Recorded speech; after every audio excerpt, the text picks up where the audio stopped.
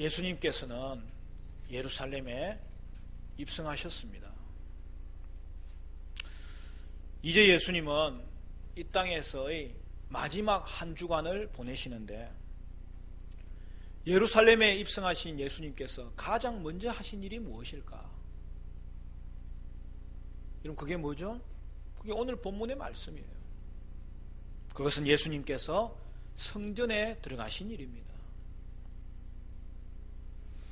예수님이 예루살렘에 입성하신 날은 주일이었고, 마가복음에 의하면 예수님이 성전에 들어가신 날은 그 다음 날인 월요일입니다. 그런데 오늘 본문 마태복음을 살펴보면 예수님께서 예루살렘에 입성하신 후에 곧바로 성전에 들어가신 것처럼 기록한단 말입니다. 이렇게 기록하는 것은 마태가 예수님의 예루살렘 입성과 성전에 들어간 것이 밀접한 관련이 있다고 그렇게 보고 있는 거죠. 여러분, 예수님이 예루살렘에 들어가신 이유가 뭐라고요? 그가 여러 번 예고하셨잖아요. 내가 거기서 고난받고 죽임을 당하고 부활하여 너희를 구원하게 만들 것이다. 그런데 그것이 그러면 성전에 들어가는 것과 무슨 관련이 있는 것입니까? 밀접한 관련이 있는 거예요. 결국 예수님이 십자가에서 죽으시는 것은 그가 친히 새 성전이 되는 사건이에요. 그리하여 성전을 완성하는 거예요. 여러분, 이것이 예수님과 성전의 관계입니다. 결국 예수님께서 성전에 입성하신 것은 옛 성전을 폐하고 새 성전을 세우기 위해서 들어가신 것입니다. 그리고 새 성전은 예수님 자신이었습니다. 그로 말미암아 이 땅이 그렇게도 소망하던 새 성전인 예수님을 통하여 하나님과의 관계가 회복되는 그러한 일이 일어나게 된 것이죠. 그러므로 이제 우리에게는 다른 성전은 없어요. 제가 간혹 다른 교회 이렇게 방문하다 보면 그 성전 건물에다가 교회 건물에다가 무슨 성전 이렇게 이름을 붙여놨는데 그건 맞지 않아요. 여러분, 우리에게는 이제 다른 성전이 없어요. 건물로 된 성전은 존재하지 않습니다. 이전 성전은 더 이상 필요가 없어요. 왜 그래요? 오늘 우리에게 존재하는 유일한 성전은 새 성전인 예수님이고, 우리에게 나아가야 될 대상은 예수밖에 없고, 오직 예수님을 통하여 하나님을 만날 수 있는 길이 열리게 되었다는 사실이죠.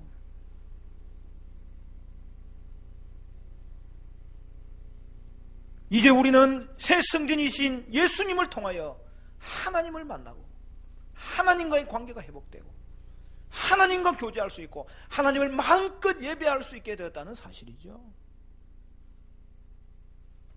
예루살렘에 입성하신 예수님께서 성전에 들어가십니다. 그때 무슨 일이 벌어집니까? 충격적인 사건이 벌어져요. 우리 12절 13절 우리 같이 한번 읽어볼까요? 12절 13절 다 같이 시작. 예수께서 성전에 들어가서 성전 안에서 매매하는 모든 사람들을 내쫓으시며 돈 바꾸는 사람들의 상과 비둘기 파는 사람들의 의자를 둘러 엎으시고 그들에게 이르시되 기록된 바 내 집은 기도하는 집이라 일컬음을 받으리라 하였거늘 너희는 강도의 소굴을 만드는도다 하시니라. 어떤 일이 벌어졌죠? 예수님은 성전에 들어가시면서 사고 파는 모든 자들을 다 내어쫓으시고 돈을 환전하는 환전상과 비둘기 파는 그 자들의 의자를 둘러 엎으셨습니다. 여러분, 예수님의 이런 행동은 참으로 이례적인 행동이에요. 평화의 왕이신 예수님께서 왜 이런 폭력적인 방법을 사용하는 것입니까? 그러나 여기에는 실제적이면서도 상징적인 행동의 의미가 있는 거예요. 예수님은 자신의 행동에 대해서 친히 구약의 말씀을 사용하여 설명해 주십니다. 13절 다시 한번 더 읽어볼까요? 13절 시작. 그들에게 이르시되 기록된 바 내 집은 기도하는 집이라 일컬음을 받으리라 하였거늘 너희는 강도의 소굴을 만드는도다 하시니라. 당시의 성전은 본래의 성전 기능을 다 상실했다는 거예요. 도리어 그곳은 강도의 굴혈이 되었다고, 강도의 소굴이 되었다고 예수님은 판정하십니다. 그러면 그 판정의 결과가 무엇일까요? 그 말은 예수님께서 성전을 심판하시는 선언을 하신 거죠. 그래서 우리는 오늘 본문을 접근할 때에 단순히 성전 청결 사건이다 그렇게 보면 안 돼요. 오늘 본문은 하나님이 의도하신 것을 다 떠나버리고 그 하나님의 의도를 벗어난 이 눈에 보이는 성전과 그 안에서 이루어지는 제사제도가 하나님의 심판을 받아서 파괴될 것을 말씀하신 것으로 성전에 대한 멸망선언이었던 것이죠. 그러면 이 땅에 이제 성전은 없어지는 것입니까? 성전은 없어지면 안 돼요. 성전이 있어야 하나님을 만날 수 있고 하나님과의 관계가 회복될 수 있거든요. 그러면 어떻게 되는 것입니까? 옛 성전은 흐려지는 대신에 이제 예수님 자신이 친히 새 성전이 되시는 것입니다.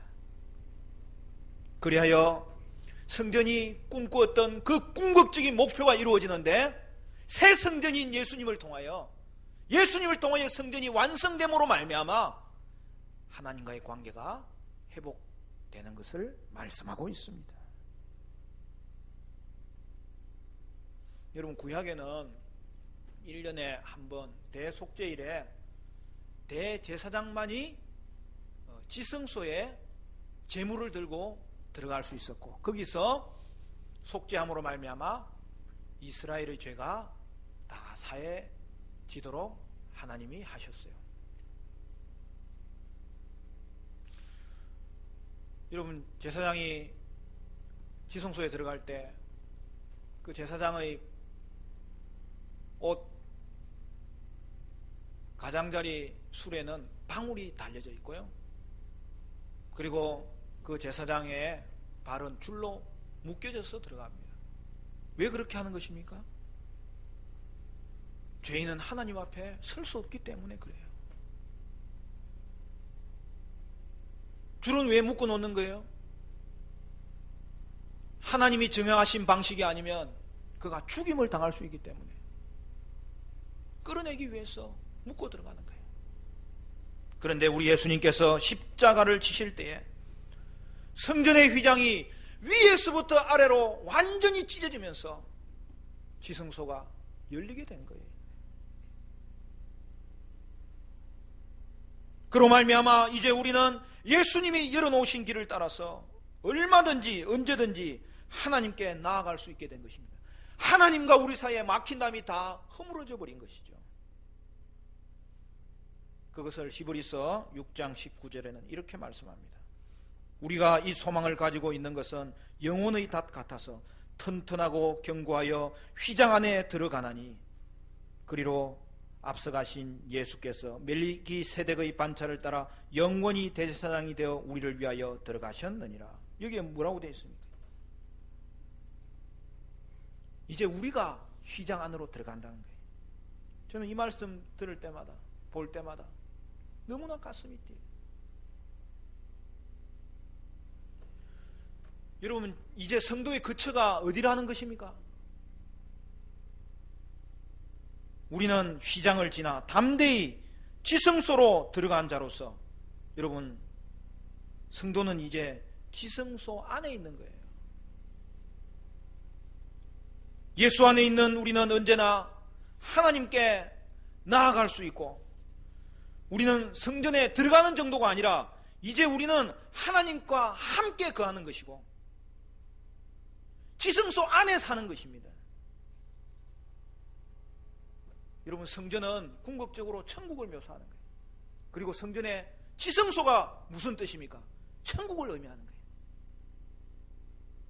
따라 성도는 이미 지성소의 열린 길을 향하여 그 안에 들어갔기 때문에 성도는 이미 천국 안에 들어가 있는 존재라고 성경은 말씀하고 있는 것입니다.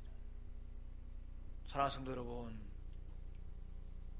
오늘 저는 여러분은 이 땅에 살지만 새 성전 되신 예수님을 통하여 휘장을 지나 담대히 그 안에 들어가 존재하는 사람들로서 이미 우리는 천국 안에 들어가 사는 사람들이에요. 그 은혜가 우리에게 늘 차고 넘쳐서 오늘도 이 땅을 살아갈 때에 주님이 지으신 새 성전을 통하여 천국 백성으로 이 땅에서부터 하나님의 통치에 순종하면서 천국 백성의 삶으로 살아가는 저와 여러분 되시기를 간절히 축원합니다. 예수님과의 성전과의 관계는 예수님이 재판을 받고 신문을 받을 때의 그 과정 속에서도 나옵니다. 여러분, 요한복음을 보면 예수님이 성전에서 행하신 일이 예수님의 사역 초기에도 또 한 번 더 있은 것을 보여주는데요. 그러니까 예수님이 성전에서 행하신 일은 예수님의 전생에서 두 번 있었던 사건이죠. 예수님은 처음 예루살렘에 들어가실 때 그때도 성전에 들어가셨어요. 그런데 내용은 오늘 본문하고 비슷해요. 그때 뭐 하십니까? 거기서도 매매하는 자들을 쫓아내시고 그들의 상을 엎으셨어요. 요한복음 2장 19절 20절 21절 말씀은 이렇게 말씀합니다. 예수께서 대답하여 이르시되 너희가 이 성전을 헐라 내가 사흘 동안에 일으키리라. 유대인들이 이르되 이 성전은 46년 동안에 지어졌거늘 내가 3일 동안에 일으키겠느냐 하더라. 그러나 예수는 성전된 자기 육체를 가리켜 말씀하신 것이라.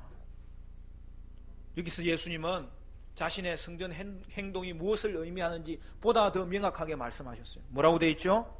옛 성전은 멸망당할 것이고 이제 자신이 새 성전이 되어 이 성전을 다시 일으키리라. 그렇게 말씀하십니다. 그런데 여러분, 이 말씀이 예수님이 신문당하는 장면에 등장한단 말입니다. 마태복음 26장 61절 이하에 이렇게 말씀합니다. 오늘 성경 구절 몇 구절 보면서 연관되는 것이 있어서 살펴보는데요. 여러분 안 찾아도 돼요. 제가 읽겠습니다. 마태복음 26장 61절 메모는 해놓으세요. 가로되 이 사람의 말이 내가 하나님의 성전을 헐고 사흘에 지을 수 있다 하더라 하니 대제사장이 일어나서 예수께 묻되 아무 대답도 없느냐 이 사람들의 너를 치는 증거가 어떠하뇨 하되. 무슨 말이죠? 예수님을 십자가에 못 박아 죽일 제목으로 뭘 가지고 나온 겁니까? 예수님이 성전을 헐고 사흘 만에 짓겠다고 했다는 것을 제목으로 삼은 거예요. 여러분, 결국 예수님은 이 제목으로 말미암아 십자가에 달려서 죽으시는데, 그런데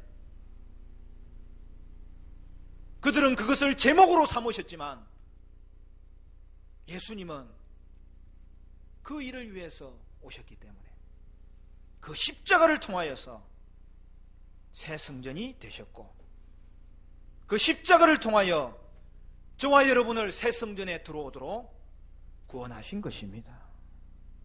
사랑하는 성도 여러분, 이를 보건대 예수님이 예루살렘에 가신 이유가 뭐예요? 새 성전이 되기 위해서 가셨고, 그는 그 일을 이루어 주신 것입니다. 사랑하는 성도 여러분, 저와 여러분은 주님이 열어놓으신 이 성전에 들어가시고 예수 안에 거하심으로 말미암아 하나님을 만나고 하나님과 함께 하시고 하나님을 온전히 예배할 수 있는 은혜의 삶이 되시기를 간절히 축원합니다. 그러면 성전이신 예수 안에 거하는 은혜가 무엇인지 몇 가지 살펴보기를 원합니다. 첫째로는 새 성전에는 만민의 기도가 있습니다. 새 성전에서는 이방인도 기도할 수 있어요. 새 성전에서는 이방인들도 예배할 수 있어요. 13절 말씀 다시 한 번 더 볼까요? 한 번 더 읽읍시다. 13절 시작. 그들에게 이르시되 기록된 바 내 집은 기도하는 집이라 일컬음을 받으리라 하였거늘 너희는 강도의 소굴을 만드는도다 하시니라. 오늘 본문이 이야기하는 그 성전은 성소나 지성소 같은 성전 본관이 아니에요. 성전의 바깥 마당인 이방인의 뜰을 가리키는 거예요. 그런데 성전 당국자들이 이곳에 환전상들과 희생 짐승을 파는 상인들을 들임으로써 어떻게 한 거예요? 이방인의 뜰을 시장으로 만들어버린 거예요.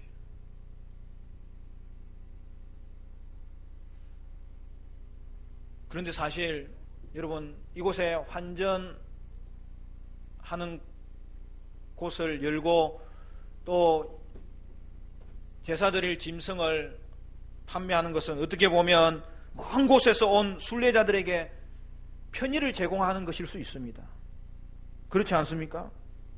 여러분, 6월절이 가까워지면 이스라엘 백성의 남자들은 성전세를 냈어요. 그런데 그 성전세를 내는 것은 로마 돈으로는 못 내요. 왜냐하면 로마 돈에는 황제의 형상이 새겨져 있기 때문에 그걸 유대 돈으로 바꾸어서 내도록 했어요. 그러니 환전상을 두는 것은 순례자들에게 편의를 제공하는 것이 아니겠습니까? 그리고 성전에 드리는 제물은 흠이 없는 것이어야 되는데 먼 곳에서 짐승을 끌고 오다가 흠이 생길 수 있으니 성전에 와서 제물을 구입하면 더 안전할 것 아닙니까? 그런데 우리 예수님은 왜 환전상의 상을 엎으시고 짐승을 사고 파는 모든 자들을 내어 쫓으신 것입니까? 근데 원래는 순례자들을 위해서 환전하는 것과 짐승을 매매하는 것이 이 감람산에 있었어요. 그런데 막대한 수입을 생각한 성전 당국자들이 그 환전상과 짐승을 매매하는 자들을 성전에서 그 일을 할 수 있도록 허용한 것이죠. 그렇게 되면 어떻게 됩니까? 대제사장들의 무리들은 이것을 통하여 막대한 폭리를 취하였던 것입니다. 특히 오늘 본문에 비둘기 파는 자들을 특별히 꼬집어서 그들의 상을, 의자를 엎으셨다고 하는 이유는, 여러분, 비둘기는 가난한 자들이 하나님 앞에 제사 드리는 제물이에요. 그런데 성전 당국자들은 그 비둘기를 파는 것조차도 높은 가격을 매기는 것을 눈 감아주면서 자신들의 이익을 탈취하였기 때문에 오늘 성경은 그들을 한마디로 표현할 때 강도의 소굴이라고 말씀한 것입니다. 그것보다 더 중요한 요소가 또 하나 있어요. 그것은 예수님께서 구약의 말씀을 인용하는 데서 나타납니다. 내 집은 기도하는 집이라 일컬음을 받을 있을지언정. 그 말은 어디에 나오냐면 이사야서 56장 7절을 인용한 것인데요. 원래 그 말씀은 종말에 이방인들을 포함한 만민들이 성전에서 하나님을 예배할 것이라는 것을 예언한 말씀입니다. 그래서 거기에는 내 집은 만민이 기도하는 집이라 일컬음을 받을 것이라. 결국 성전이 그런 역할을 감당하게 될 것을 성경은 말씀했던 것이죠. 그런데 지금 어떤 일이 벌어지고 있는 것입니까? 그냥 마태복음에는 만민이 기도하는 집이라고 표현 안 한 것은, 여러분, 마태복음은 유대인들을 위한 말씀 아닙니까? 그렇기 때문에 지금 성전에서 예수님과 종교 지도자 간의 이 충돌이 생긴 그 자리가 어디인지 다 알고 있는 거예요. 그렇기 때문에 거기가 이방인의 뜰이라는 것을 알고 있기 때문에 만민이 기도하는 집이라는 뜻이 기도하는 집이라고 표현한 것 속에 지금 다 포함되어 있는 거예요.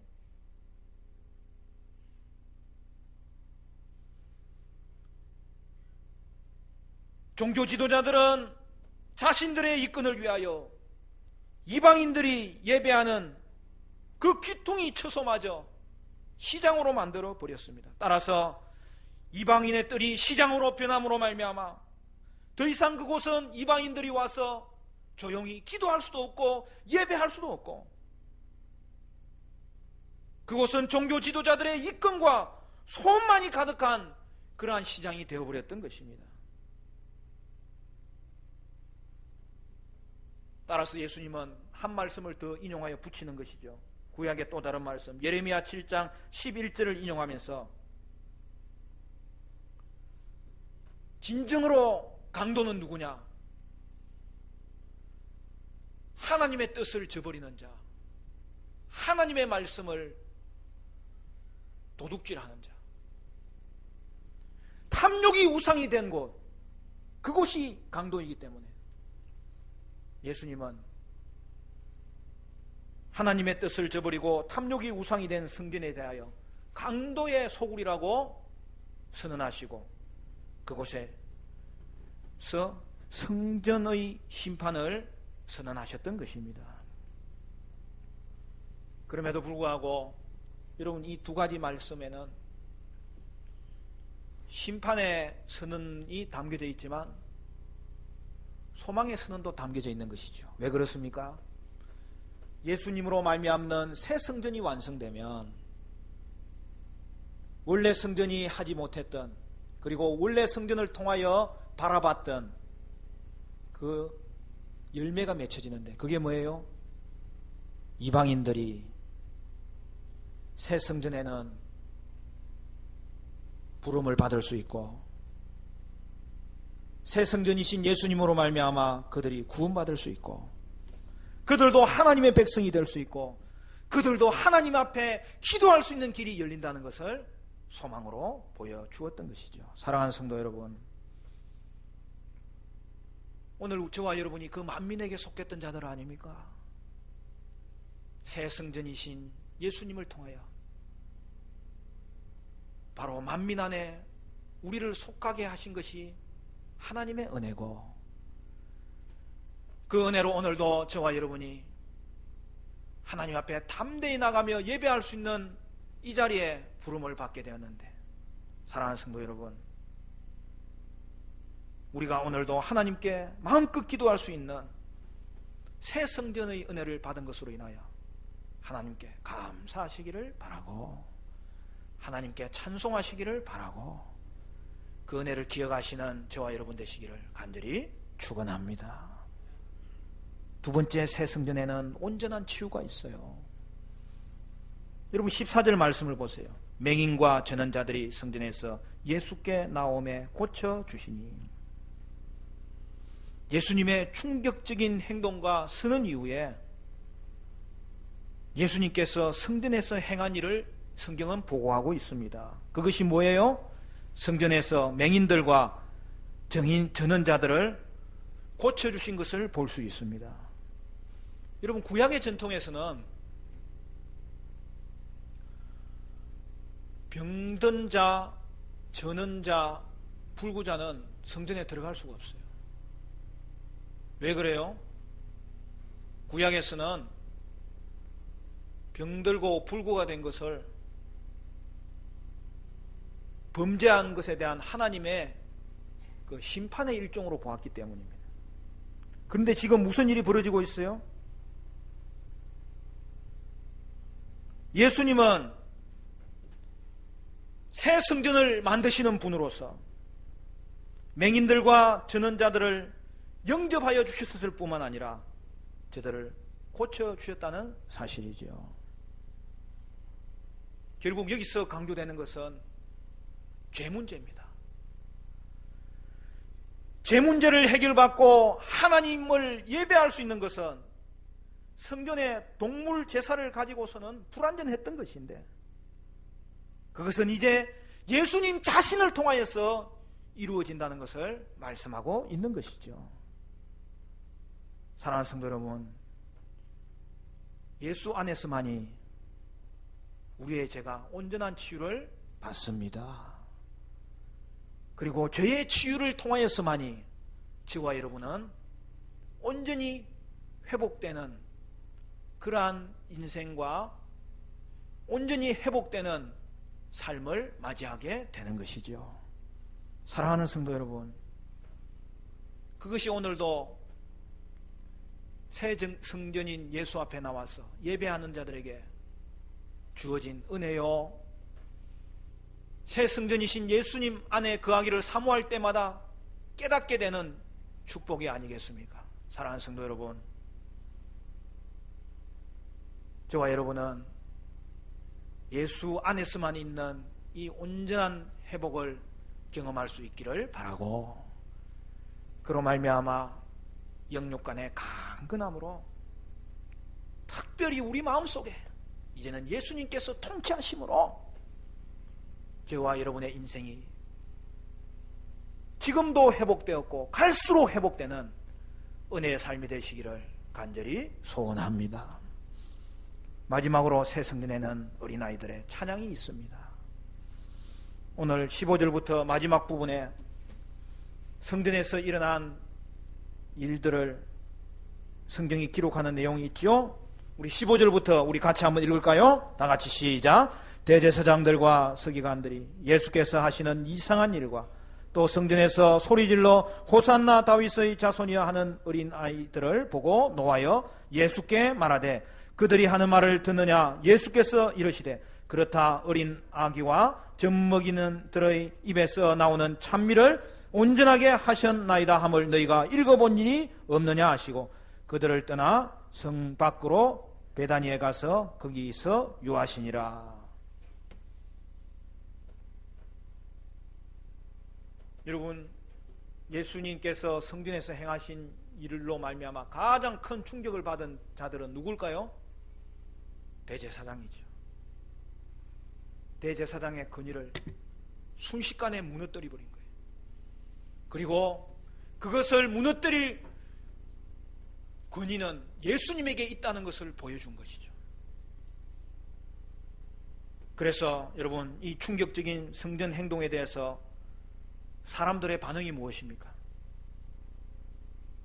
여러분, 이날 이후로 성전에서 행하신 예수님의 행동으로 말미암아 종교 지도자들과 예수님 사이에는 피할 수 없는 충돌이 생기게 되는 것입니다.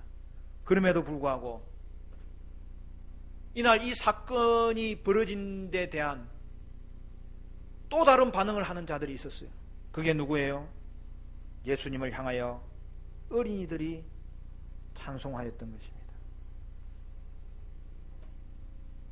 그 어린이들에게는 이것이 충격적인 사건으로 다가온 것이 아니라 하나님을 찬양하는 그러한 사건으로 다가온 것이죠. 이 충격적인 사건을 지켜본 아이들은 예수님을 향하여 호산나 다윗의 자손께라고 환호하며 하나님을 찬양했던 것이죠.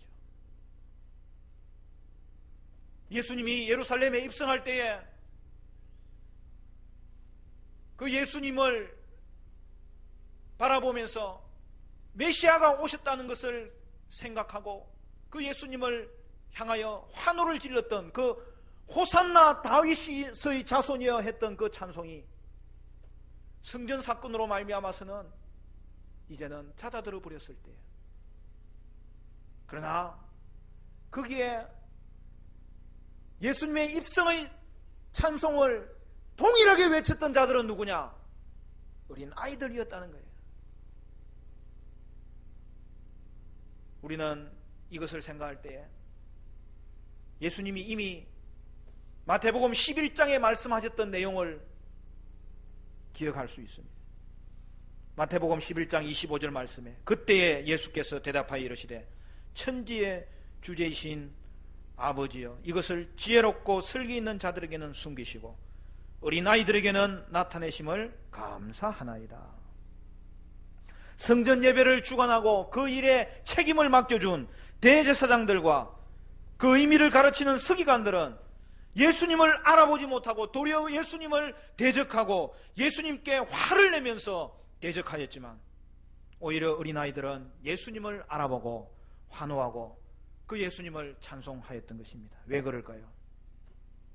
천국은 어린아이처럼 자신을 낮추는 자, 자신은 부족하기 때문에 예수님을 필요하며 예수님께 다가오는 자, 그들만이 예수님을 볼 수 있기 때문입니다. 사랑하는 성도 여러분,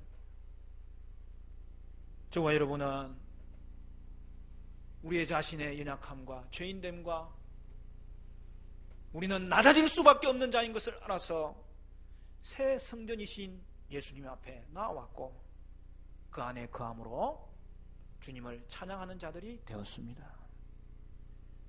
이제 우리의 삶은 계속해서 나는 낮아지고 예수를 높이고 찬양하는 삶이 될 때에 우리는 예수님을 더 깊이 사랑할 수 있고 그 주님을 더 깊이 만날 수 있게 될 줄로 믿습니다. 제가 유학 중에 저희가 산 동네가 오렌지 카운티라고 LA 카운티보다 좀 밑에 있어요.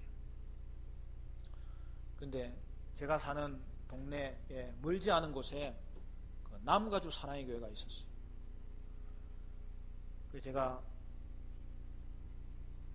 남가주 사랑의 교회에 처음 방문했을 때에 그 인상 깊었던 것이 하나 있는데 그게 뭐냐면 그 현관 입구 로비를 들어가면 그게 섬김의 상이라고 이름을 붙여놓은 조각상이 하나 있어요. 그건 뭐냐 하면은 예수님께서 베드로의 발을 씻기는 장면을 조각해 놓았는데 예수님은 무릎을 꿇으시고 베드로는 의자에 앉아 있으면서 예수님이 그 제자의 팔을 씻기고 계시고 예수님의 얼굴은 긴 머리카락으로 인하여서 이렇게 조금 가리워져 있는 모습이었습니다. 근데 제게 그게 인상 깊게 되었던 이유가 뭐냐면 그 섬김의 상이라고 제목을 붙여놓고 그 밑에다가 글귀 하나를 써놓은 거예요. 그게 뭐냐면 To see His face kneel before Christ. 그 한국말로도 써놨습니다. 거기 가면 주님의 얼굴을 보기 원한다면 무릎을 꿇으세요. 원래 제가 호기심이 많잖아요. 그냥 그대로 해봤어요. 예수님 옆에서 나도 무릎을 꿇었어요. 무릎을 꿇고 고개를 숙이니까 예수님의 얼굴이 보이는 거예요.